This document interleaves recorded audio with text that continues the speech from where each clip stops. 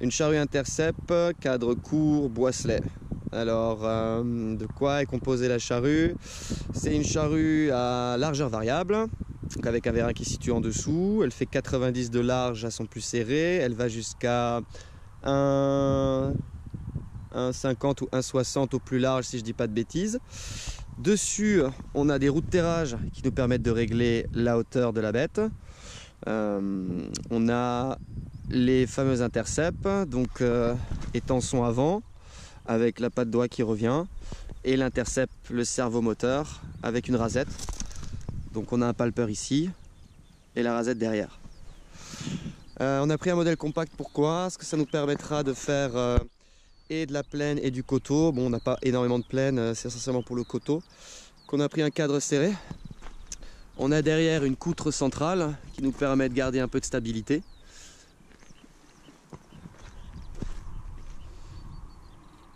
Voilà, donc servomoteur. Alors là, c'est des machines, il faut compter, c'est un investissement relativement conséquent. Une charrue de ce type neuve, équipée telle qu'elle est, il faut compter à peu près 9 000 € hors taxe, hors remise. Mais bon, remise somme toute ridicule au vu du prix de l'ensemble. Voilà. Alors l'intérêt de ce genre de charrue, c'est quoi?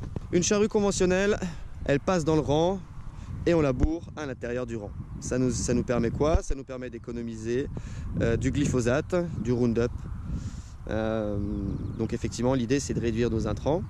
Et donc un bio, lui de toute façon, il n'y a pas le droit. Nous, on n'est pas encore en bio et on souhaite le devenir. Donc avant de faire l'erreur, ou faut tout du moins prendre le risque de tout passer en bio et puis de se retrouver complètement dépassé, nous, notre politique, c'est plutôt pendant 3-4 ans, d'essayer de faire comme un bio et voir si on peut s'en sortir.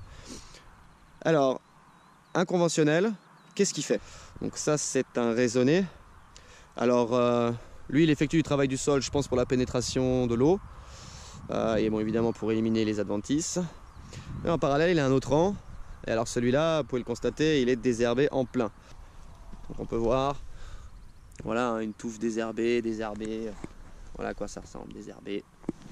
Et donc, dans sa vigne, ben, voilà, sol lunaire. Sol lunaire, que des restes de sarment, pas une végétation. Alors nous, c'est absolument pas ce qu'on veut. Ici, chez le voisin, là c'est comme on est actuellement, c'est-à-dire une viticulture raisonnée. Donc là, je parle bien évidemment au niveau des sols, je parle pas des traitements phytosanitaires appliqués à la vigne en pleine saison sur le feuillage. On a le rang enherbé, dans lequel on va passer avec nos machines et on va tondre. Ça, c'est quasiment 85% des viticulteurs en Alsace le laissent maintenant, un rang enherbé. Et donc, il y a ce qu'on appelle le cavaillon. Donc, c'est cette bande-là, cette largeur qu'il y a sous le rang.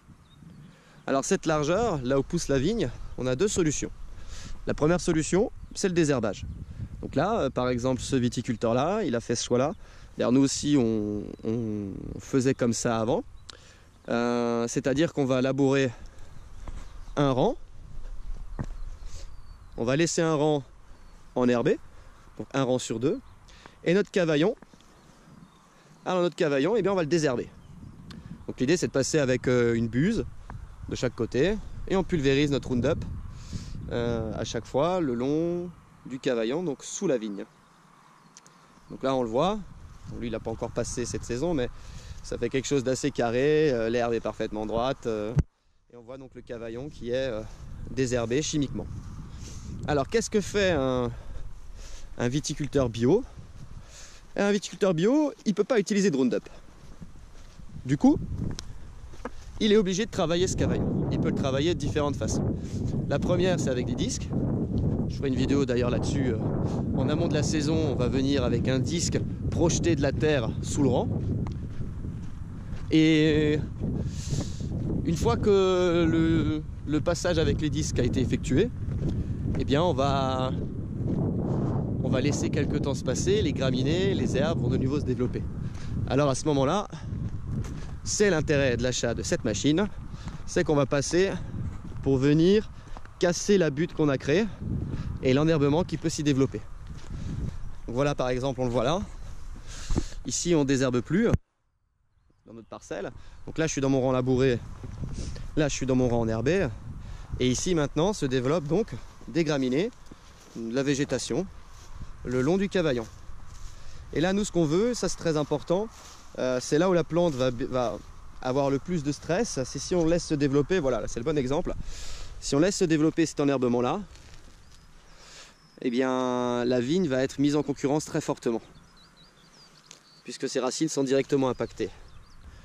Donc ici, ce qu'on va vouloir faire, c'est passer nos rasettes et venir soulever ces petites mottes de ragrès qui n'ont pas été pris par les disques. Et donc essayer d'avoir un aspect à peu près propre, comme un rang labouré.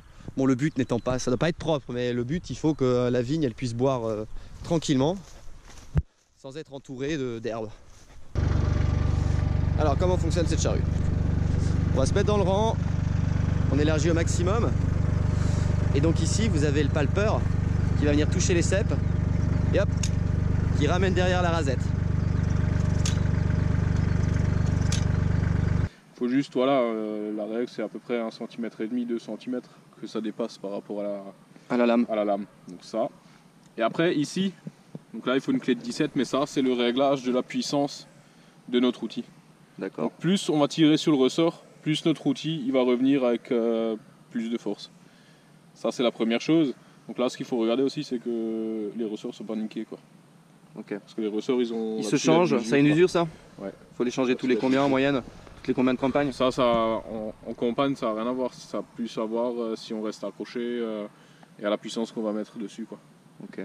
Sur notre cerveau. Et après là, ici vous avez donc le papillon pour donner plus d'avance à notre outil par rapport au pied. Donc là plus on visse, plus le tracteur va aller loin. Ok. Donc là plus on va laisser de la distance.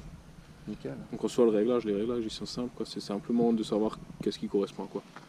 Mais c'est simple à régler quoi. Ok. Donc là on a fait le tour, papillon et la barre à régler en longueur. Ouais. Ok.